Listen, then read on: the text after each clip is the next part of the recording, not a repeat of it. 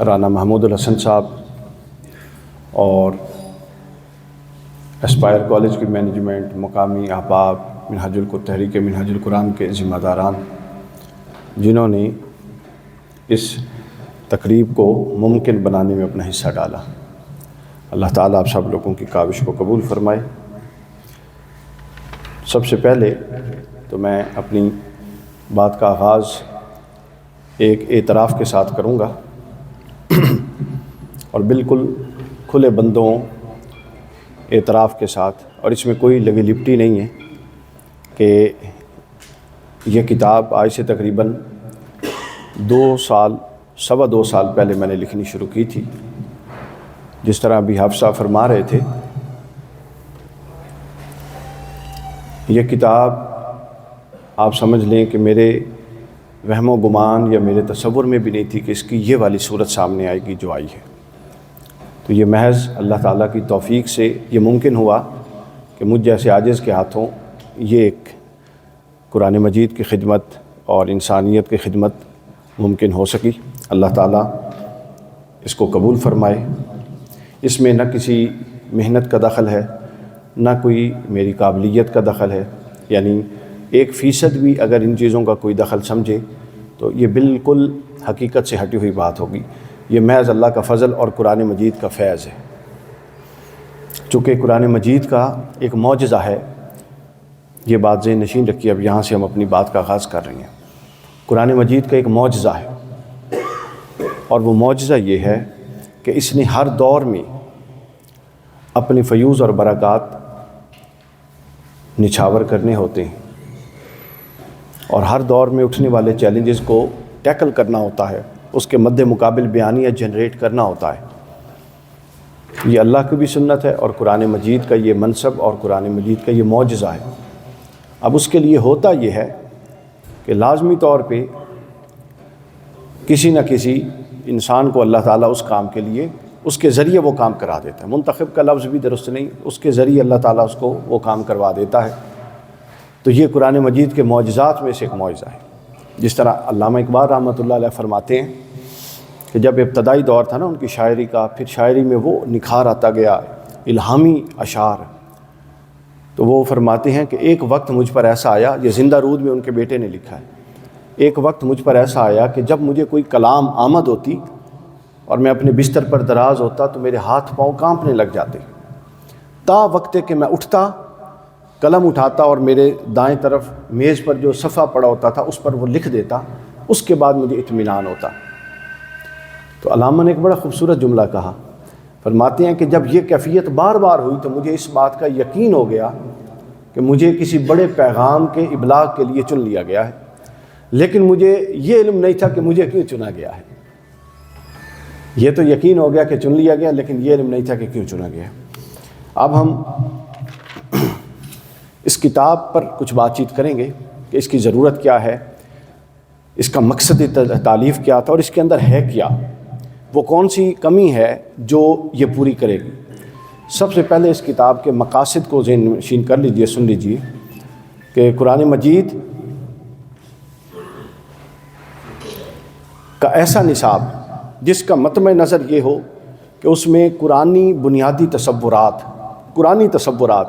موضوعاتی طور پہ تو بہت ساری کتابیں ہیں، ایک موضوع پر پوری کتاب ہے، لیکن ایک ایسی کتاب جو بنیادی تمام قرآنی تصورات کا ایسا احاطہ کرے کہ اس پر مسلک کی چھاپ نہ ہو، کسی مسلک کی چھاپ نہ ہو، ہر ایک کے لیے یکساں طور پہ قابل قبول ہو، چونکہ قرآن ہے اور قرآن کے اپنے استدلال ہیں اور اپنے استنباط ہیں، اور کیس کو پٹ اپ کرنے کا اپنا منہج اور طریقہ ہے۔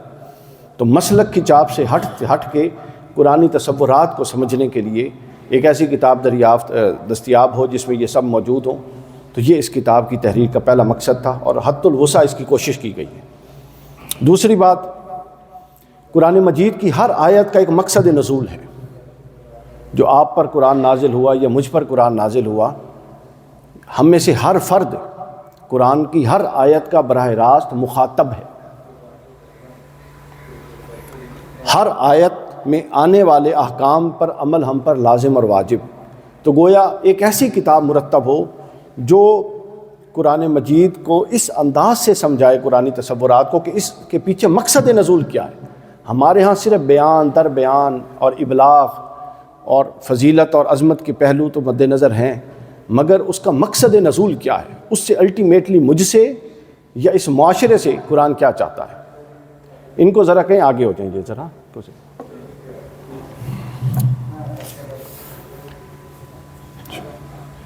یہ دوسرا مقصد تھا۔ پہلا مقصد یہ تھا کہ مسلک کی چھاپ نہ ہو، دوسرا مقصد یہ تھا کہ مقاصد نزول قرآن کو مد نظر رکھ کے کوئی چیز واضح کی جائے۔ تو قرآن مجید کے حوالے سے میں نے عرض کیا بہت سارا مواد موجود ہے، لیکن وہ مواد مسلک کی چھاپ اس کے اوپر بہت زیادہ ہے، اور جب مسلک کا دفاع پیش نظر ہوتا ہے تو ہم قرآن اور سنت کی بھی تعویل کر دیتے ہیں اپنے مسلک کو درست ثابت کرنے کے لیے۔ وہ اقبال نے کہا تھا نا کہ خود بدلتے نہیں قرآن کو بدل دیتے ہیں، تو یہ والا معاملہ پیش آتا ہے۔ پھر اس کے بعد جو اس کی تحریر کا بنیادی اور اصل مقصد تھا وہ تھا مروجہ تصورات کی درستی، حقیقی تصورات کا بیان۔ ہم ہر چیز سے متعلق، ابھی میں چند آگے جب ابواب کی تعارف کرواؤں گا تو آپ حیران ہو جائیں گے کہ وہ تصور جو ہمیں موروثی طور پہ منتقل ہوئے ہیں، ہم میں سے ہر بندے کو یہ چیز پڑھا دی گئی ہے کہ وہ حق پر ہے، پورا حق اس کے پاس ہے، اور اس کے علاوہ ہر کوئی گمراہ ہے۔ ہر مسلک، ہر مکتب، ہر فرد یہ سمجھتا ہے کہ حق اسی کے پاس ہے۔ اس نے نہ قرآن پڑھا نہ سنت پڑھی، یہ حق کا بنیاد ہے قرآن و سنت، باقی چیزیں اس کی تعبیر ہے، اس کی تشریح ہے۔ تو قرآن پورا زندگی میں ایک دفعہ نہیں پڑھا، لیکن یقین اتنا وہ کہتا ہے میں ہی حق پہ ہوں، سارا حق ہی میرے پاس ہے۔ تو جو مروجہ تصورات آپ کو موروثی طور پہ منتقل ہوئے ہیں، کبھی آپ نے ان کو جانچا پرکھا نہیں ہے۔ قیامت کے دن اور قبر میں کیا یہ عذر اللہ کے ہاں قابل قبول ہوگا کہ مجھے ماں باپ سے، مولا ماں باپ سے، یہ سوسائٹی سے، یا فلاں لوگوں سے یہ دین ملا تھا اور میں اس پر خوش تھا، کیا یہ عذر قابل قبول ہے؟ یہ عذر تو قرآن میں ہے، پچھلے بھی پیش کرتے تھے کہ باری تعالیٰ یہ تو ہمیں اے رسولوں کو کہتے تھے یہ جو تم تصور دیتے ہو ہمارے باپ دادا سے تو یہ تصور منتقل نہیں ہوا۔ تو لہٰذا ہم نے کبھی رک کے ایک قدم پیچھے ہٹ کے اپنے عقائد و نظریات جن پر ہمارا دین کھڑا ہے، جن پر ہماری آخرت منحصر ہے، ان کو کبھی وہ چھجے میں چھانچنے کی کوشش کی ہے کہ ہم کسی بنیاد پہ کھڑے ہیں یا ایویں لگی لپٹی کے ساتھ چل رہے ہیں؟ تو بہت ساری چیزیں ایسی ہیں جن میں ہم لگی لپٹی کے ساتھ چل رہے ہیں، اس کا بیان اس میں کیا گیا۔ پھر عملی زندگی میں قرآن مجید سے براہ راست رہنمائی کے لیے یہ گائیڈ بک ہے، ہر گھر میں ہونی چاہیے۔ کوئی بھی آپ کا موضوع زندگی سے متعلق، آپ کا کوئی بھی مسئلہ ہو کسی پہلو سے متعلق، مثلا اللہ تعالیٰ سے تعلق کیسے بنانا ہے، قرآن مجید نے میں نے اس میں 34 اصول بیان کیے۔ پھر انسان کا رسول اللہ سے تعلق کیسا ہو، 14 اصول۔ پھر قرآن مجید اور شرف انسانیت، قرآن انسان کے کیا شرف بیان کرتا ہے، 10 اصول۔ پھر قرآن مجید اور علامات ایمان، 21 مقامات پر قرآن نے ایمان کی علامتیں بیان کی ہیں۔ آپ نے وہ ایک چیپٹر کھولنا ہے اور سب پتہ لگ جائے گا ایمان کی یہ علامتیں ہم میں ہیں کہ نہیں ہیں۔ پھر جو اس کا سب سے خوبصورت چیپٹر ہے جس پر ہم آگے بات کریں گے، لیکن ابھی میں اس کو گزارش کرتا جاتا ہوں، جو مجھے بہت پسند ہے، وہ ہے قرآن مجید اور تعمیر شخصیت۔ شخصیت سے آگے سب کچھ ہوتا ہے، اور آپ اندازہ کیجئے کوئی چیپٹر قرآن مجید اتنی تفصیل سے زیر بحث نہیں لایا، اور کوئی اصول نہیں میں وضع کر سکا۔ تعمیر شخصیت صرف واحد چیپٹر ہے جس پر قرآن مجید سے 41 اصول وضع ہوئی ہیں، سب سے زیادہ۔ پھر قرآن مجید اور تعمیر شخصیت، پھر اس سے متصل اگلا باب ہے قرآن مجید اور تخریب شخصیت، کہ شخصیت قرآن کہتا ہے بنتی کیسے ہے، اور پھر قرآن نے بتایا شخصیت بگڑتی تباہ کیسے ہوتی ہے۔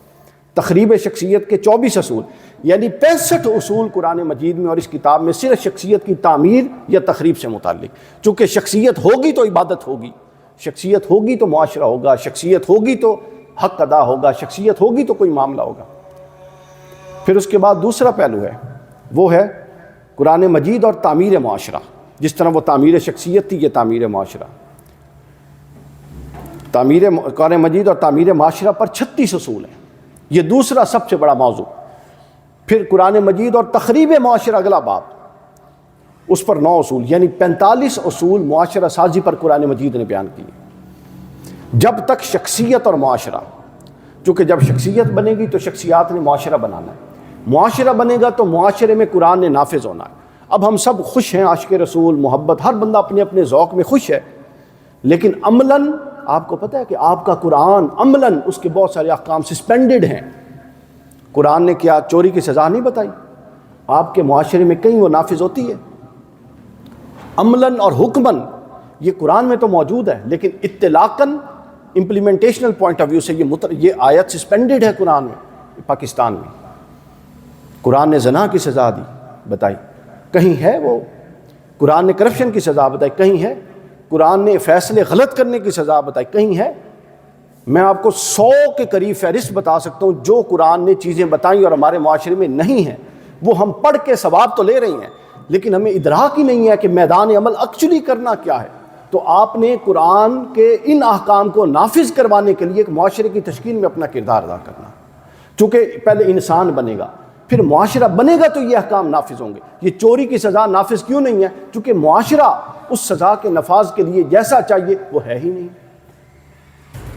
پھر اس کے بعد آتا ہے قرآن مجید کے آفاقی تصورات. 44 آفاقی تصورات. قرآن چونکہ قیامت تک کے لیے، لہٰذا یہ جو اصول بیان کرتا ہے وہ اصول آفاقی نوعیت کا ہوتا ہے. ہر جگہ پہ وہ اصول ثابت اور اپنا استحکام کے ساتھ کھڑا رہتا ہے. یہ پہلی جلد مکمل ہوگی، اسی میں دونوں جلدیں اکٹھی کرتی ہیں. اگلی دفعہ میں کچھ اضافہ جات بھی آئیں گے. دوسری جلد ہے قرآنی عقلیات. ریشنلی قرآن مجید اپنے عقائد، معاملات اور احکام کو کیسے ریشنلی سمجھاتا ہے. عقلیات، ایک کتاب میری آ رہی ہے مسلم عقلیات کی تشکیل جدید، جس طرح علامہ کی تھی نا الہیات کی تشکیل جدید، وہ عقلیات کی، کہ کیس کو پٹ اپ قرآن کیسے کرتا ہے. مثلا توحید سمجھانے کے لیے قرآن مجید نے کوئی ماورائی دلائل نہیں دیے، ما بعد الطبیعاتی. قرآن کہتا ہے یہ بارش آتی ہے، تم دیکھتے ہو کون ہے جو بارش برساتا ہے، پھر وہ بارش اسی زمین میں جاتی ہے تو کون ہے جو ایک ہی طرح کے قطرے سے گرتا ایک طرح کا قطرہ ہے، اور جو اس سے نکالتا ہے وہ 100 رنگوں کا اور 100 ذائقوں کا ہوتا ہے. قرآن کہتا ہے کہ جب تیز دھوپ ہو اور اچانک سے کبھی گرمی میں ٹھنڈی ہوا چلے تو کون ہے وہ جو ہوا چلاتا ہے. تو قرآن مجید نے اس طرح کے فیکٹس اپنے بنیادی عقائد کے اور تصورات کے اس بات میں پیش کیے ہیں جس کا کوئی انکار نہیں کر سکتا. پھر اسی طرح مرنے کے بعد زندہ ہونا، وہ کہتا ہے کہ بنجر زمین کو کبھی زندہ ہوتے نہیں دیکھا. تو عقلیات، اس پر بھی ہم آگے بات کریں گے. پھر اگلا چیپٹر ہے قرآن مجید اور مقصدیت. اسلام اور قرآن بے مقصد کام کا کوئی قائل ہی نہیں ہے. ہر کام پازیٹیو اور اس کا مقصد ہونا چاہیے، یہ ہے. اس کے بعد ہے قرآن مجید اور تصوف. پھر ہے قرآن مجید اور انسانی طبقات. پھر ہے قرآن مجید اور علوم جدیدہ. پھر ہے قرآن مجید اور دینی قدروں کا زوال، کیا کیا دینی قدریں ہیں اور کون کون سا زوال ہوا. پھر قرآن مجید اور دینی قدروں کا عروج. پھر قرآن مجید کا مزاج عملی ہے، فکری نہیں ہے. پھر قرآن مجید اور تشکیل خاندان. پھر ہر مسئلہ جو آپ کو خاندان سے متعلق ہے وہ ان 15 اصول جو اس کے اندر ہیں، خاندان، ہر چیز اس کے اندر موجود ہے. پھر قرآن مجید اور حیات دنیاوی حیات سے متعلق ہمارا تصور ہی درست نہیں ہے. تو جب آپ تصور غلط رکھ کے فیصلہ سازی کریں گے تو وہ فیصلہ سازی پورا کا پورا معاملہ خراب کر دے گی. پھر قرآن مجید اور حیات اخروی. پھر قرآن مجید اور وحدت تفرقہ بازی. پھر قرآن مجید اور آداب زندگی، ہر ادب اس کے اندر لکھ دیا ہے. مسجد کا ادب، گھر کا ادب، اپنا سونے کا ادب، جاگنے کا ادب، گفتگو کا ادب، مجلس کا ادب، خاموشی کا ادب، سب کچھ صرف قرآن مجید سے. پھر قرآن اور سیاسیات. پھر قرآن اور معاشیات. پھر قرآن اور اس کا منصب. پھر قرآن مجید سے کامیابی کے لائے عمل. قرآن مجید نے کیلکولیٹڈ 2 3 3 4 4 کے فگرز بتا کے بتائیں جو یہ اتنے کام کرے گا اللہ کے ہاں کامیاب ہے. پھر قرآن مجید اور قوانین دعوت، اصول دعوت جتنے قرآن نے اپنائے ہیں وہ اس کے اندر پورے بتا دیا کس طبقے کے ہاں دعوت کا کیا انداز ہونا چاہیے، کس طبقے کے ہاں کیا انداز، دلائل کی نوعیت کیا ہو. پھر قرآن مجید کی تعلیمات امن. پھر قرآن مجید اور ضابطہ اختلاف. جس کو اختلاف کرنا آ گیا وہ مہذب ہو جاتا ہے. پھر قرآن مجید اور انسانی نفسیات کہاں کہاں لحاظ رکھا. پھر قرآن مجید اور تصور حریت. پھر قرآن مجید اور ہماری بطور امتی ذمہ داریاں. پھر قرآن اور امت سابقہ. اور پھر قرآن مجید اور خواتین. یہ اس کا ایک جائزہ تھا. تو میں عرض کر رہا تھا کہ ان ابواب میں سے ہر باب جب آپ اس میں جائیں گے تو ہر پہلو سے متعلق آپ کا ایک پہلے سے قائم شدہ تصور ہے. قرآن مجید کو جب آپ پڑھیں گے تو آپ کا وہ تصور ممکن ہے کئیوں کا تصور درست ہو اور اس کی تائید ہو جائے، اور ممکن ہے کہ بہت ساروں کا تصور درست نہ ہو. تو لہٰذا قرآن کو اور اس کتاب کو پڑھتے ہوئے اپنے طے شدہ تصورات کی حمایت نہیں لینی. ہم قرآن کو اس لیے پڑھتے ہیں کہ جو ہمارے طے شدہ تصورات ہیں ان کی تائید میں دلائل اکٹھے کر لیں اور اپنے آپ کو سچا ثابت کریں. نہیں، یہ قرآن کے منصب کے خلاف ہے کہ آپ طے شدہ ذہن لے کے قرآن کے پاس جا رہے ہیں. آپ خالی الذہن ہو کے جائیں اور جو قرآن کہتا ہے اس کو بنیادی تصور کے طور پہ قبول کریں. چونکہ ہماری نجات قرآن اور سنت کے تصورات پر مبنی ہے، اپنے تصورات لے کر اس کی قرآن سے تائید پر مبنی نہیں. پھر اس کے بعد غیر ضروری لا یعنی اور بے مقصد اختلافات جو آج کل ہمارے ہوتے ہیں اس کو اس کتاب میں جگہ بھی نہیں دی گئی. ہاں، ضابطۂ اختلاف بیان کر دیا اگر ہو تو کیسے ہونا چاہیے. پھر اس کے بعد جی نوجوانوں میں آج کل جو دین بیزاری، الحاد، بے عملی رجحانات، وہ اس کی پتہ اصل ذمہ داری کیا ہے؟ چونکہ ہم نے اصل قرآن کو پیش ہی نہیں کیا. ہمارے ہاں میں ایک وقت مجھ پر تھا، تنقیدی تھوڑا ذہن ہے، میرا وقت تھا تو میں مسالک بدل بدل کے جمعہ پڑھتا تھا. اس کے پیچھے رانا صاحب حکمت پتہ کیا تھی؟ حکمت یہ ہوتی تھی کہ میں دیکھوں کہیں قرآن زیر بحث ہے، معاشرہ قرآن کی روشنی میں کوئی تو ہوگا جو اس کا حل بتا رہا ہوگا. کہیں نور و بشر کا چکر ہے، کہیں جناب رفع یدین کا چکر. ہر بندہ اپنی گیم میں لگا ہوا ہے. لگے رہیں، ہر ایک کے پاس دلائل ہیں اپنے نقطۂ نظر کے، لیکن یہ کوئی ابلاغ کی چیزیں ہیں، اس پر نجات منحصر ہے. جب آپ کا آدھے سے زیادہ قرآن اپنے احکام میں معاشرے میں سسپینڈڈ ہے، آپ فروعات کو لے کر اس پر جھگڑا کر رہے ہیں. یعنی اتنی پست اپروچ ہو چکی ہے ہماری. تو یہ وہ بنیادی مقاصد ہیں جس کے لیے اس کتاب کو تحریر کیا گیا. پھر اس کتاب کا نظم بھی سمجھ لیجئے، بڑا سادہ ہے، 3 حصے ہیں ہر اصول کے. سب سے پہلے ایک بڑا ہی جاندار عنوان میں نے تجویز کیا ہے. وہ عنوان اس کے پورے اپنے مفہوم کو بیان کرنے میں، اصول کے پورے مقصد کو بیان کرنے کے لیے کافی ہے. پھر اس عنوان پر 1 یا 1 سے زائد آیات ہیں، اور پھر آیات کا ترجمہ، یہ دوسرا حصہ ہے. اور تیسرا حصہ ہے اصول کے عنوان سے. 3 ہیڈنگ ہے، عنوان، آیت اور اصول. بس عنوان میں عنوان باندھا گیا ہے، کیونکہ جو اہل علم ہے وہ عنوان دیکھ کے ہی اس کا مافی ضمیر سمجھ جائیں گے کیا ہے. پھر آیت ہے، اور پھر اس سے اصول اخذ کیا گیا ہے کہ اس آیت سے یہ والا اصول سامنے ثابت ہوتا ہے. تو 3 ہی چیزیں ہیں. کتاب اختصار کا لحاظ رکھا گیا ہے. یہ 1600 صفحے کی تیار ہوئی تھی، 1650.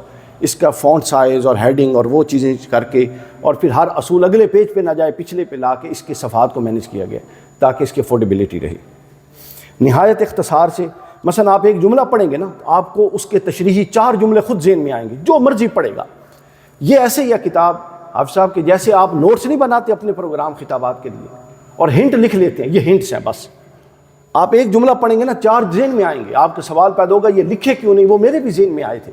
لکھے اس لیے نہیں کیونکہ اس ایک جملے میں، اس ایک کے دامن میں باقی 4 خود بخود چھپے ہوئے ہیں، جو بھی پڑھے گا اس کو سمجھ آ جائیں.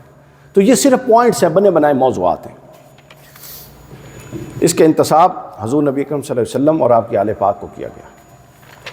اب ہم اس کے ایک باب کا میں جائزہ آپ کے سامنے رکھوں گا، اس سے آپ لوگوں کو اندازہ ہو جائے گا باقی چیزوں کا.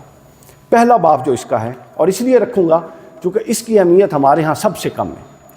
پہلا باب ہے انسان کا اللہ تعالیٰ سے تعلق. میں نے ایک دفعہ جمعے میں سیریز شروع کی تھی توحید پر، تو یہ چوتھا جمعہ تھا، تو مجھے کچھ لوگ میرے پاس آ گئے، کہتے ہیں آپ کا تعلق کہیں اور کسی وہابی تو نہیں ہو گئے؟ تسی توحید بڑی بیان کر رہے ہو. اللہ اکبر کبیرہ. آپ اندازہ کر لیں، یعنی جو انبیاء کے آنے کا مقصد تھا، جس پر جس کے لیے انبیاء نے اپنی زندگیوں کو کھپا دیا اور مسالک نے اتنا ڈیمیج کیا ہماری فکر کو، سمجھدار لوگ یہ سوال کرتے ہیں. آپ اندازہ کر لیں. اب جو پہلا باب ہے اس کا، اللہ تعالیٰ سے انسان کا تعلق، اس میں پہلا ہے اللہ کا ایڈریس. کوئی دنیا کا بندہ ایسا نہیں ہے کہ جس کو آپ بغیر بتائے، بغیر ٹائم لیے اس سے مل سکیں. اگر کوئی بڑا بندہ ہو تو اس کی تو پھر سیکرٹری سے اپوائنٹمنٹ، پھر اویلیبلٹی، یا اس نے آنا ہے تو اس کے پروٹوکولز، پہلے ہار، پھر وہ ویڈیو، پھر جناب ریسیپشن، پھول، جگہ مناسب ہے کہ نہیں، گرمی ہے تو اے سی ہے، کتنے پروٹوکولز ہیں کسی سے ملنے کے. ڈائری میں نوٹ کروائیں، پھر وہ آتے ہیں کہ نہیں آتے. اللہ سے ملنے کا کوئی پروٹوکول نہیں ہے. اللہ نے کوئی پروٹوکول نہیں فرمایا. وَإِذَا سَأَلَكَ عِبَادِي، جب میرا بندہ میرا سوال کرے، انی، فإنی قریب، اس کو کہہ دے میں بالکل اس کے پاس ہوں۔ کوئی پروٹوکول نہیں ہے، نہ وقت کا پروٹوکول، بلکہ وہ ایسا مالک ہے کہ وہ بندے کا منتظر ہے کہ جب بندے کے پاس وقت ہے وہ چلا جائے، وہ دستیاب ہے ہر وقت۔ نہ ملاقات کا پروٹوکول، نہ وقت کی پابندی، دن ہے یا رات ہے، نہ کسی کپڑے کی پابندی، یہ پہن کے جانا ہے یہ نہیں جانا، نہ کسی جگہ کی پابندی، یہاں جانا ہے یہاں نہیں جانا۔ یہ پہلا ہے۔ دوسرا ہے ہدایت اللہ کے فضل سے مشروط۔ تیسرا اصول ہے جس پر میں تھوڑی سی بات کروں گا، اختیاری اطاعت مطلوب ہے۔ بہت سارے لوگ ہیں، اس آیت کے لیے میں نے جو آیت کا عنوان تجویز کیا ہے اس اصول کا، اصول نمبر 3 ہے، اور اختیاری اطاعت یہ اس کا عنوان ہے۔ آیت ہے وَلَوْ شَاءَ اللَّهُ لَجَمَعَهُمْ عَلَى الْهُدَى، اللہ فرماتے اگر میں چاہتا تو سب کو ہدایت پر جمع کر دیتا، لیکن اس نے جمع نہیں کیا۔ کیوں؟ کیونکہ انسان کی تخلیقی ساخت یہ ہے کہ یہ واحد مخلوق ہے اللہ کی جس کے اندر شعور اور عقل کا عنصر رکھا گیا ہے۔ اس سے پہلے جتنی مخلوقات تھیں وہ بھی اطاعت تھیں، اطاعت کرتی ہیں، مگر ان کی اطاعت مجبوری کی اطاعت ہے، طوعاً و کرہاً قرآن نے کہا۔ سورج چاند کی اطاعت بھی ہے اللہ کی اطاعت، چرند پرند جانور ہر کوئی اللہ کی اطاعت میں ہے، مگر وہ اطاعت اختیاری نہیں ہے، وہ اطاعت کے علاوہ کچھ کر ہی نہیں سکتی۔ پھر ملائکہ کی اطاعت، تو پھر اللہ تعالیٰ کو ایک ایسی مخلوق بنانا مطلوب تھا کہ جو اطاعت تو کرے مگر وہ اطاعت جبر کے تحت نہ کرے، بلکہ اس کے پاس اطاعت کے علاوہ گمراہی کا رستہ بھی ہو اور گمراہی کا اختیار بھی ہو اور گمراہی کی قوت بھی ہو۔ اس کے باوجود وہ محض اس لیے کہ میرا بندہ ہے وہ گمراہی کے رستوں کو چھوڑ کے میرے رستے پہ آئے، تاکہ ایسے مہذب لوگوں کے لیے میں نے پھر آگے گھر تیار رکھنا ہے جنت کے لیے ٹیسٹ کے طور پہ۔ تو جنت میں مہذب لوگ جائیں گے، اور وہ تہذیب کا ٹیسٹ یہ ہے کہ راہیں اچھی بھی کھول دیں اور بری بھی کھول دیں۔ اب وہ اوپر بیٹھا دیکھ رہا ہے کہ کون اپنے انسان ہونے کا ثبوت دیتا ہے اور کون نہیں دیتا۔ یہ سادہ سا جنت اور جہنم کا کلیہ ہے جو اس میں بیان کیا ہے۔ پھر اس کے بعد اگلا اصول جس پر میں تھوڑی سی بات کروں گا، دیکھیے ہم جتنی گناہ بدکاریاں اور غلط کام کرتے ہیں، ہم ایسے قوم بن چکے ہیں اور ہماری نفسیات اتنی پست ہو چکی ہے کہ ہم اس کا جواز تلاش کر رہے ہوتے ہیں۔ اللہ تعالیٰ فرماتا ہے کہ جو اللہ سے وعدہ کرتا ہے اور اللہ سے کیے ہوئے اپنے وعدے پورے کرتا ہے، اللہ اس سے کیا ہوا وعدہ پورا کرتا ہے۔ بس سادہ سی بات یہ نہیں ہے کہ آپ اپنی پوری کی پوری زندگی اللہ اور اس کے رسول کی بغاوت میں گزاری، اور تصور ہم کیا رکھتے ہیں، او اللہ مغفرت کرنے والا ہے، رسول مغفرت کرنے، حضور تو کریم ہے، اللہ تو کریم ہے۔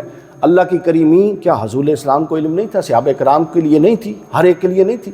یعنی ہر غلط کام کا جواز ہم نے اپنے عقائد میں سے چند تصورات کی اپنی متعلق انٹرپریٹیشن اپنی مرضی کی کر کے ان کو اپنی رائے ہموار کر رکھی۔ آپ اگر اللہ کی راہ پر نہیں چلیں گے تو آپ یہ سمجھیں کہ اللہ آپ پر رحمتیں برسائے گا کیونکہ وہ رحیم ہے، یہ تصور قرآن کے خلاف ہے۔ قرآن مجید نے کیا کہا؟ یہ سورہ بقرہ 40 نمبر آیت، یا بنی اسرائیل اذکروا نعمتی اللتی انعمت علیکم، اے بنی اسرائیل ان نعمتوں کا تذکرہ کرو جو میں نے تم پر کی، وَأَوْفُوا بِعَہْدِی أُوفِ بِعَہْدِکُم، تم میرے ساتھ کیے ہوئے اپنے وعدے پورے کرو، میں تمہارے ساتھ کیے ہوئے اپنے وعدے پورے کروں، بس ختم۔ تم اگر اللہ کے ساتھ کیا ہوا وعدہ جب اسلام قبول کیا، اللہ کی بندگی میں آئے تو بڑے وعدے ہو گئے، اللہ کا ہر حق ایک وعدہ ہے جو بندے نے کیا، تم وہ پورے کرو میں تمہارے ساتھ کروں گا۔ اب اگر آپ اللہ کے ساتھ کیے ہوئے وعدے پورے نہیں کرتے تو اللہ آپ کے ساتھ کیا ہوا وعدہ بھی بھول جائے گا۔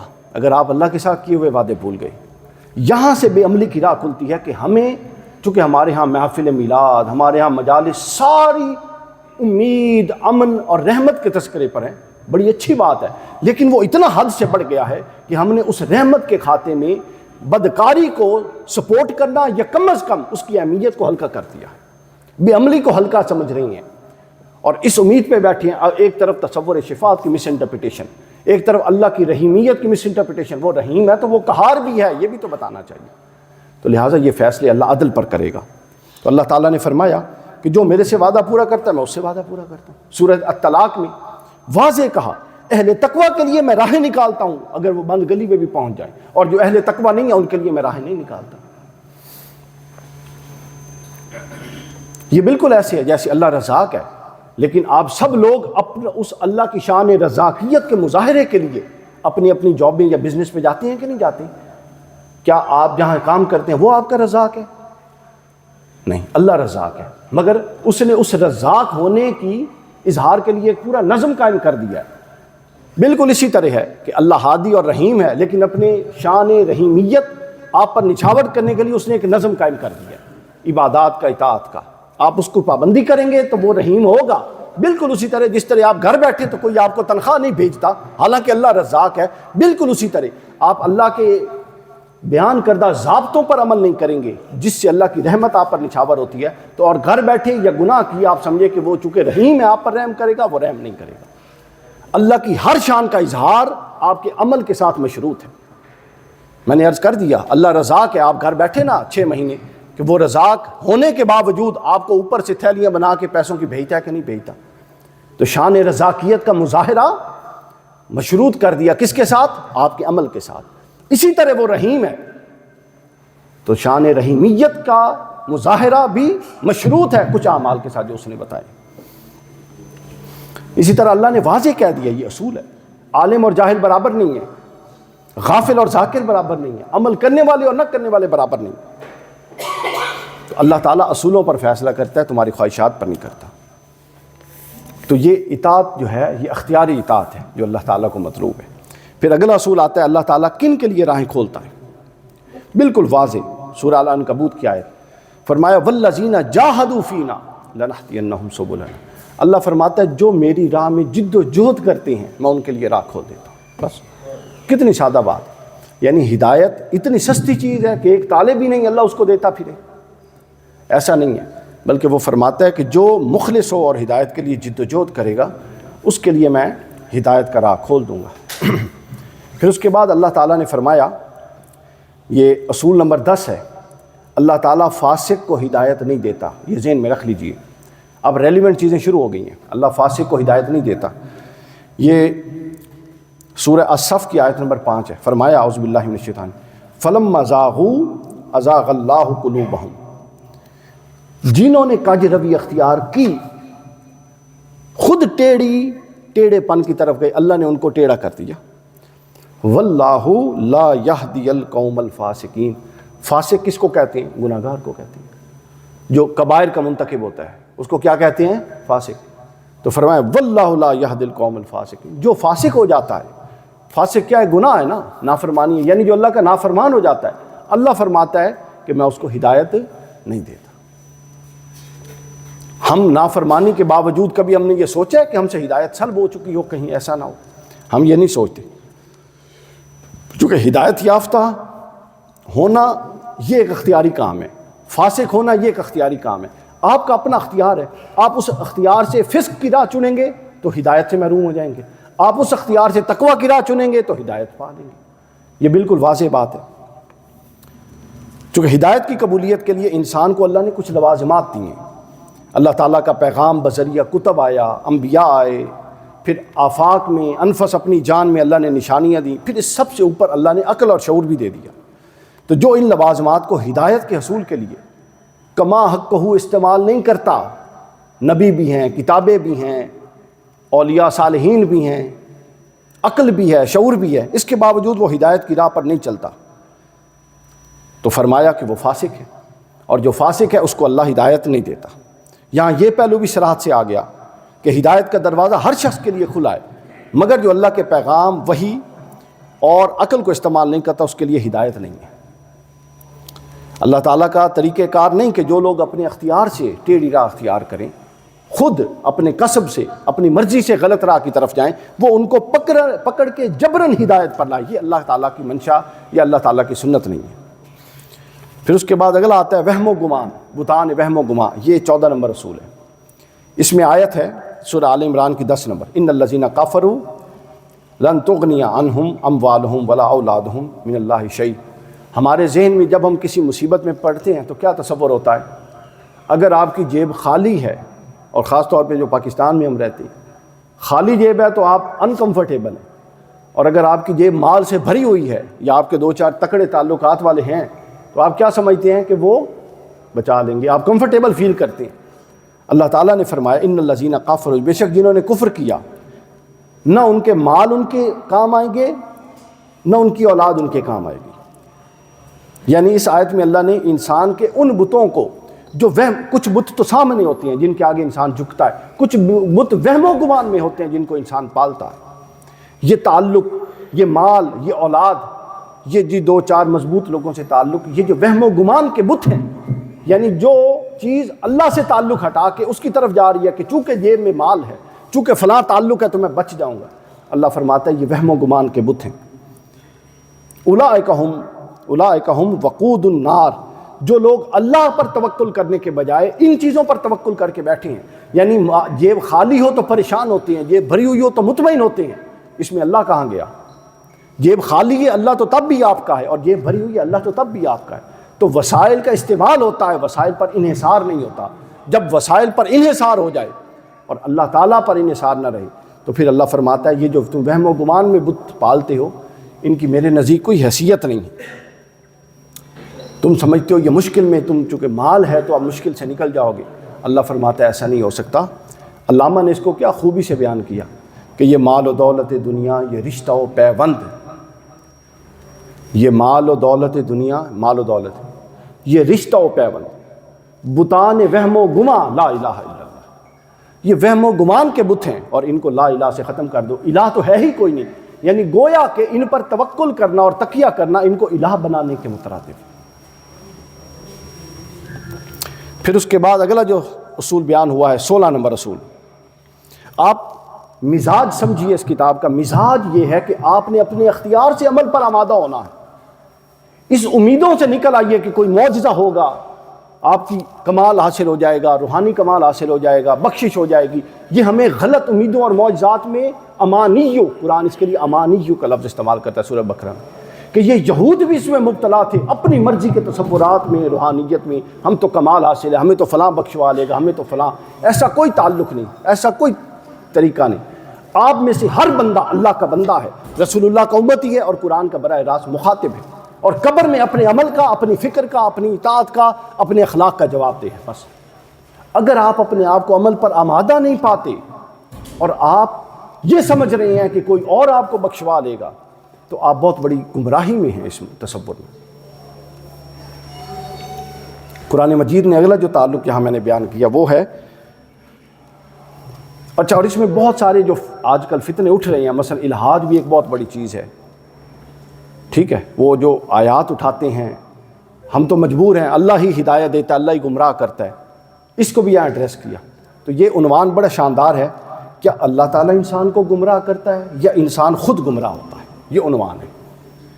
اس عنوان کی اہمیت کے پیش نظر اس عنوان میں میں نے 23 آیتیں لکھی ہیں،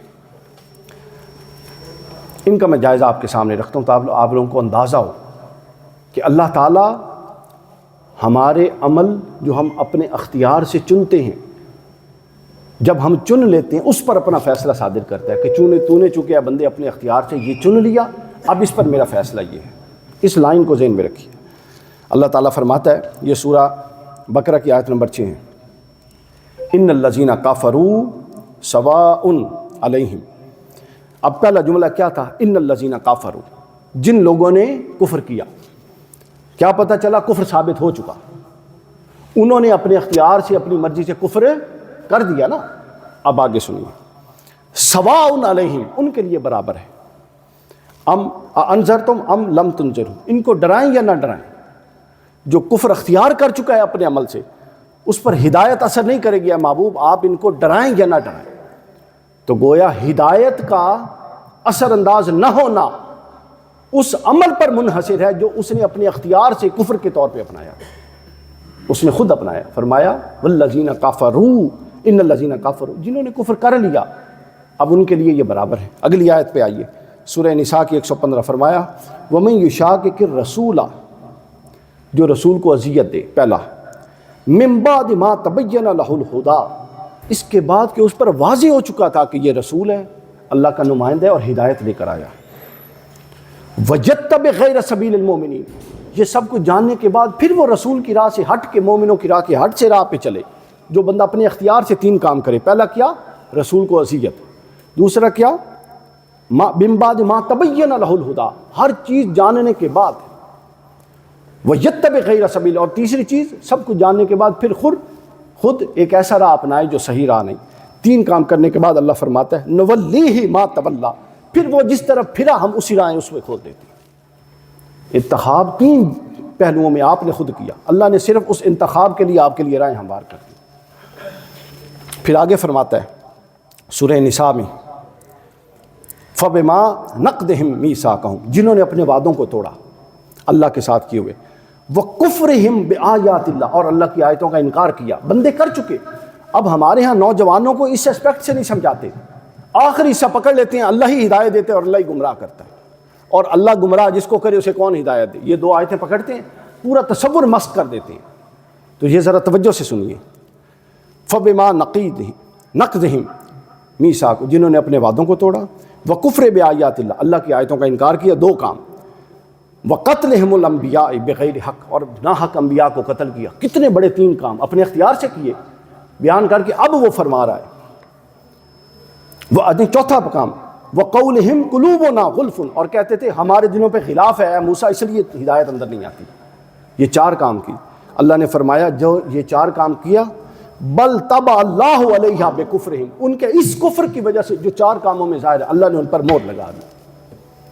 ملحدین کہتے ہیں جب مہر ہی اللہ نے لگا دی، تم کہتے ہو تو ہدایت کیسے آئی؟ تو اللہ نے مہر، اللہ کی مہر مؤخر ہے، تمہارا اختیاری عمل مقدم ہے جو تم نے کیا، جس کے نتیجے میں مہر لگی۔ پھر آگے فرمایا وَإِنْ كَانَ كَبُرَ عَلَيْكَ إِعْرَاضُهُمْ، اے حبیب اگر ان کا اعراض کرنا آپ پر بھاری گزرتا ہے، فَإِنِ اسْتَطَعْتَ أَن تَبْتَغِي نَفْعًا، تو آپ ایک ایسی سرنگ بھی کھود دیجئے ان کے لیے زمین میں، یا ایک ایسی سیڑھی لے آئیے جو آسمان تک چڑھی جائے، اس کے باوجود یہ ہدایت نہیں لائیں گے۔ وَلَوْ شَاءَ اللَّهُ لَجَمْعَهُمْ عَلَى الْهُدَىٰ، اب آپ کیا چاہتے ہیں کہ اللہ ان کو جبراً ہدایت پر لائے؟ پیغام تو سامنے ہے، تو فرمایا اللہ ان کو جبراً ہدایت پر نہیں لائے گا، اور ان کی نفسیات اے محبوب اس حد تک ہیں، ان کی سوچ کا یہ عالم ہے کہ آپ اگر زمین کے اندر گہری سیڑھی کھود دیں، سرنگ کھود دیں، یا اتنی بلند سیڑھی رکھیں کہ زمین سے یہ آسمان پر آپ کو چڑھتا دیکھ لیں، یہ پھر بھی ایمان نہیں لائیں گے۔ یہ ان کی نفسیات بیان کی، پھر فیصلہ بتایا کہ اللہ اگر چاہتا تو ان کو لاتا، لیکن یہ تو جانور کا منصب ہے کہ اللہ اس کو پکڑ کے ہدایت پر لا رہا ہے، انسان کے لیے تو عقل اور شعور کافی ہے اور پیغام کافی۔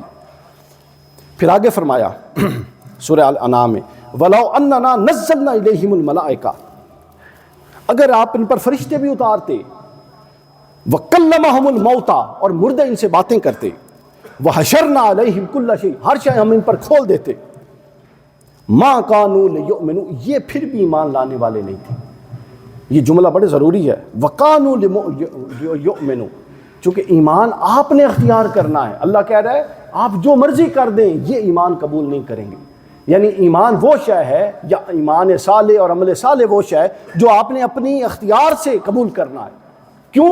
چونکہ جب آپ عمل صالح قبول کریں گے تو ظاہر ہے آپ کو عمل بد ترک کرنا ہے، اس میں آپ کو نفس کی قربانی دینی ہے، خواہشات کی قربانی دینی ہے، جذبات کا قربان کرنا ہے۔ آگے فرمایا تلک القرآ، یہ وہ بستیاں ہیں، نقص علیک من انبائہا، جن کی خبریں ہم نے آپ کو سنائی ہیں، وَلَقَدْ جَاءَتْهُمُ الرُّسُلُهُمْ بِالْبَيِّنَاتِ، ان کے پاس رسول آئے تھے نشانیاں لے کے، فَمَا كَانُوا لِيُؤْمِنُوا، لیکن انہوں نے ایمان قبول نہیں کیا، كَذَلِكَ، اسی لیے، يَطْبَعُ اللَّهُ عَلَىٰ قُلُوبِ الْكَافِرِينَ، اس وجہ سے اللہ نے ان کے دلوں پر مہر لگا دی اور وہ کافر ہو گئے۔ آپ سمجھ رہے ہیں ترتیب، یعنی اتنی آیات جو میں نے بیان کی اس کے اندر ایک ترتیب ہے۔ اگر آپ عمل پر آمادہ نہیں ہیں، جو میں سمجھانا چاہتا ہوں نقطہ، اگر آپ اپنے آپ کو محض، یعنی یہ ایک جو جملہ ہے لا الہ الا اللہ، آپ نے اس کو کوئی جادو سمجھا ہوا ہے کہ ایمان سے کفر میں، کفر سے ایمان میں آ گئے، ناپاکی سے پاکی میں آ گئے، جہنم سے جنت میں آ گئے، اور آپ کا عمل وہی رہے گا جو کفر والا عمل ہے؟ یہ جملہ تو آپ سے کئی تقاضے کرتا ہے، آپ کو ان تقاضوں کے مطابق خود کو بدلنا ہے۔ اگر آپ خود کو بدلتے نہیں تو آپ کیا سمجھ رہے ہیں یہ ایک جملہ کہنا کافی ہے؟ یہ وہ غلط فہمی ہے جو آج کے مولوی نے انسان کے نوجوانوں کے ذہن میں ڈال دی ہے۔ دوسرا پھر رسول اسلام کی حیات کو نہیں بیان کرتے، کتنی جد و جہد پر مبنی زندگی تھی، انسانی سطح پر جد و جہد تھی، نفسیاتی چیلنجز، مالی challenges, psychological challenges, physical challenges, جن سے آپ ٹکرا کے کامیابی کی طرف گئے۔ ماورائی قسم کا اسلام پیش کر دیا، وہ تو یوں اشارہ کرتے تھے اور سارا کچھ ہو جاتا تھا، اور عملاً پوری قوم کو بے عمل کر دیا۔ اس لیے اب کوئی کسی سے بات کریں آپ اس طرح کی، وہ کہتے ہو یار ساڈا تو بیڑا پار ہے، یہاں سب کا ہی بیڑا پار ہے۔ پھر آگے سنیے اللہ تعالیٰ نے فرمایا، یہ سورہ انفال آیت نمبر 23، وَلَوْ عَلِمَ اللَّهُ فِيهِمْ۔ اب انسان کی اپنی اختیار کی اہمیت دیکھیے، اللہ فرماتا ہے وَلَوْ عَلِمَ اللَّهُ فِيهِمْ خَيْرًا لَأَسْمَعَهُمْ۔ اگر اس بات کا امکان ہوتا ہے محبوب کہ یہ سن لیتے ہیں آپ کی بات، اگر اس بات کا امکان ہوتا کہ یہ کچھ بھی خیر کی طرف رغبت رکھتے ہیں تو ہم ضرور ان کو خیر کی طرف متوجہ کر دیتے۔ اب جو خیر کی طرف رغبت ہی نہیں رکھتے، اے محبوب آپ اپنے قلب اطہر کو بول رہے ہیں، یہ تو خیر کی طرف رغبت ہی نہیں رکھتے، تو ان کو کیسے خیر کی طرف متوجہ کیا جا سکتا ہے؟ خیر اس کے لیے ہے جو خیر کا خریدار ہے، اور خیر اس کے لیے جو خیر کے لیے باطل کو قربان کرنے پر تیار ہے، ورنہ کسی کے لیے خیر نہیں۔ تو اسی طرح آگے بہت ساری یہ آیات ہیں، اس تصور کو آپ سمجھ گئے۔ یعنی یہ ایک پریکٹیکل اپروچ ہے جو قرآن دیتا ہے، معقول ایک سینسیبل انسان بناتا ہے، جو عمل پر آمادہ ہو، جس کی فکر سنجیدہ ہو، جذباتی نہ ہو، چھوٹی چھوٹی باتوں پہ وہ مرنے مارنے پہ نہ اتر آئے، جو اختلافات کو اکاموڈیٹ کرتا ہو۔ اب آپ ہماری مذہبی فکر پہ آئیں، 4 مکاتب فکر ہیں یا 5 مکاتب فکر ہیں، اہل تشیع کو شامل کریں تو 5 فقہی مذاہب کی بات کر، 5 ہیں۔ اور اب اچھا ایک دور وہ تھا کہ 5 کا مصدر یہ قرآن ہے اور لوگ اس کو قبول کرتے تھے، لیکن اب یہ ہے کہ ایک مکتب فکر حنفی کے ماننے والے نیچے 100 طبقوں میں تقسیم ہو چکے ہیں، اور تقسیم ہونے کے بعد نفرت کا یہ عالم ہے کہ عیسائی سے تو سلام لے لیتے ہیں، ایک مکتب فکر کا بندہ، ایک پیر کا مرید دوسرے سے سلام نہیں لیتا، وہ اس کو گمراہ اور جہنمی سمجھتا ہے، وہ اس کو گمراہ اور جہنمی سمجھتا ہے۔ یہ وہ نفرت ہے جو قرآن کے نام پر ڈالی گئی ہے۔ ان لوگوں کو قرآن گھسیٹ کے جہنم میں لے کر جائے گا، جنہوں نے قرآن مجید کے ساتھ یہ کھلواڑ کیا۔ اگر آپ کا عقیدہ قرآن پر مضبوط ہے تو آپ کا اختلاف، آپ کی سوچ جتنی مرضی اختلافی کریں، قرآن کے دائرے کے اندر ہے تو وہ بالکل جائز ہے، کوئی پرابلم والی بات نہیں۔ آپ اختلاف کر سکتے ہیں، آپ آرگو کر سکتے ہیں، آپ کسی کے پوائنٹ آف ویو پر حکم لگا سکتے ہیں، آپ فرد پر حکم نہیں لگا سکتے۔ یہ پوائنٹ ذہن میں رکھیے، آپ کسی فرد پر حکم نہیں لگا سکتے، اس کے نقطۂ نظر پر حکم لگا سکتے ہیں کہ تمہارا یہ نقطۂ نظر جو میں سمجھاؤں اس کے اندر یہ گمراہی ہے۔ ہم جھٹ سے اگلے کو گمراہ کر دیتے ہیں، اور اب تو ٹوپیوں کے رنگ اور داڑھیوں کے سائز پر بھی گمراہی اور جنت اور جہنم کے فیصلے ہیں۔ انا للہ و انا الیہ راجعون۔ پتہ نہیں یہ لوگ قرآن پڑھے نہیں ہیں، چونکہ قرآن مجید ہمارے کسی مکتب فکر کے مدرسے میں نہیں پڑھایا جاتا۔ آپ لوگ حیران ہو رہے ہوں، میں مدارس کے اندر بھی پڑھتا ہوں، یونیورسٹیوں کے اندر بھی پڑھا ہوا ہوں، کسی مکتب فکر میں مکمل قرآن مدرسے میں 8 سال کے درس نظامی میں شامل ہی نہیں ہے۔ کیوں؟ کیونکہ ہر مسلک اپنے حصے کی کتابیں پڑھاتا ہے، بلکہ مسالک میں یہ فتوے شائع ہوئے ہیں کہ غیر مسلک کی کتاب پڑھنا حرام ہے، میں ابھی دکھا سکتا ہوں۔ تو جب آپ اس دور میں جو گلوبلائزیشن کا دور ہے، اتنی ریجڈ اپروچ کے ساتھ لوگوں کو لے کے چلیں گے تو آپ کیسی قوم پیدا کریں؟ پھر قرآن مجید نے کہا وَمَنْ عَمِلَ صَالِحًا فَلِنَفْسِهِ، جو اچھا عمل کرے گا وہ اپنے لیے اچھا کر رہا ہے، وَمَنْ أَسَاءَ فَعَلَيْهَا، اور جو برا کرے گا اس کا نقصان بھی اسی کو ہوگا۔ بالکل واضح ہے۔ آپ اگر عمل پر آمادہ نہیں ہیں اور آپ یہ سمجھیں کہ آپ کو فلاں نے بخشوا دینا ہے، یہ کیا کا تصور ہے؟ وہ فلاں جو صالح نیک ہے، نسبت کا اثر ضرور ہوتا ہے، نسبت کا فیض ضرور ہوتا ہے، لیکن یہ تصور کہ ہم جتنا بد عمل رہیں، ہم جتنی گمراہی میں رہیں، اور ہم یہ امید رکھیں کہ ایک نسبت کی وجہ سے ہم بچ جائیں گے اور ہم مکلف نہیں ہیں، تو یہ تو مذاق ہے۔ ہم میں سے ہر بندہ انفرادی طور پہ اللہ کے ہاں مکلف ہے، اور اس کتاب کے اندر ایک اصول ہے کہ ہر فرد انفرادی طور پہ اللہ کے ہاں اپنے کیے کا جواب دہ ہے۔ ہم نے irresponsible بنا دیا قوم کو، غلط امیدیں دلوا کے، وہ رسپانسبل نہیں بنتے، پھر معاشرہ تباہ ہو رہا ہے، جوائنٹ رسپانسبلٹی کی طرف نہیں جاتے، ہر بندہ اپنے پیٹ پہ ہاتھ رکھ رہا ہے، چونکہ میں بچا ہوا ہوں تو لہٰذا کام چل رہا ہے۔ ہم آگے چلتے ہیں، وقت ہمارے پاس کم ہے۔ پھر اگلا اصول جو آتا ہے، اللہ کی رحمت ہم سب لینا چاہتے ہیں کہ نہیں لینا چاہتے؟ لینا چاہتے۔ اس میں اصول نمبر 18 ہے، اللہ تعالیٰ کن لوگوں پر رحم کرتا ہے، بالکل سادہ، اور یہ آیت نمبر ہے جی سورہ التوبہ کی 71 نمبر۔ اللہ نے گنوا دیے ہیں 5 طبقے، جو یہ 5 کام کرے گا اللہ فرماتا ہے میں اس پر رحم کے ساتھ متوجہ ہوں گا، اور جو نہیں کرے گا اس کا آپ خود سمجھ لیں۔ اللہ نے فرمایا اعوذ باللہ من الشیطان الرجیم، اس میں کوئی توضیح نہیں ہے، یہ 1000 سے زائد صفحے کی کتاب میں 50 بھی کسی تفسیر کے حوالے نہیں ہے، کیونکہ وہ تو اویلیبل ہیں، آپ لوگ پڑھ سکتی ہیں۔ یہ چیزیں براہ راست قرآن مجید سے اخذ کی ہوئی ہیں۔ اللہ نے فرمایا المؤمنون والمؤمنات بعضهم اولیاء بعض، مومن مرد اور عورتیں ایک دوسرے کے مددگار ہیں۔ تو پہلی چیز اللہ کی رحمت کے لیے ایک دوسرے کے ساتھ تعاون ہے، to be helpful to others, ہم دوسروں کے لیے مشکلات کھڑی کرتے ہیں، پہلی چیز اللہ نے فرمائی۔ دوسری فرمائی یأمرون بالمعروف وینہون عن المنکر، ایسا ماحول بنانا، سب سے پہلے خود اچھائی کا حکم دینا، برائی سے رکنا، پھر اپنے گھر میں ایسا ماحول بنانا، محلے میں، گلی میں، ادارے میں، جہاں تک آپ کا اثر ہے، ایسا ماحول بنانا کہ گناہ کرنا مشکل ہوتا جائے۔ یہ ہے مطلب امر بالمعروف و نہی عن المنکر، اور نیکیاں کرنا آسان ہوتی جائیں، جو اس میں حصہ ڈالتا ہے دو کام۔ تیسرا اللہ نے فرمایا وَيُقِيمُونَ الصَّلَاةَ وَيُقِيمُونَ الصَّلَوَاتِ، جو نماز پڑھتا ہے۔ چوتھا فرمایا وَيُؤْتُونَ الزَّكَاةَ، جو زکوٰۃ دیتا ہے۔ نماز کیا ہے؟ بدنی عبادت۔ زکوٰۃ کیا ہے؟ مالی عبادت۔ یعنی زکوٰۃ سے مراد یہ ہے کہ جو دوسروں کے معاشی تعطل کو رفع کرنے کی کوشش نہیں کرتا۔ زکوٰۃ صرف یہ نہیں ہے کہ سال بعد آپ گن کے پکڑا دیں، نہیں، اس کا پورا تناظر سمجھیں آیت کا، مومنین اور قیام معاشرہ ڈسکس ہو رہا ہے۔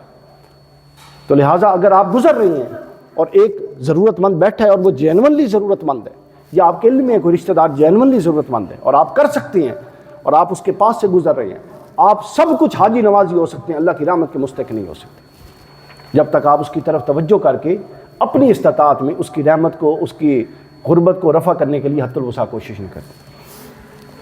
آگے فرمایا وَيُطِيعُونَ اللَّهَ وَرَسُولَهُ، اور اللہ اور اس کے رسول کی اطاعت۔ 5 چیزیں۔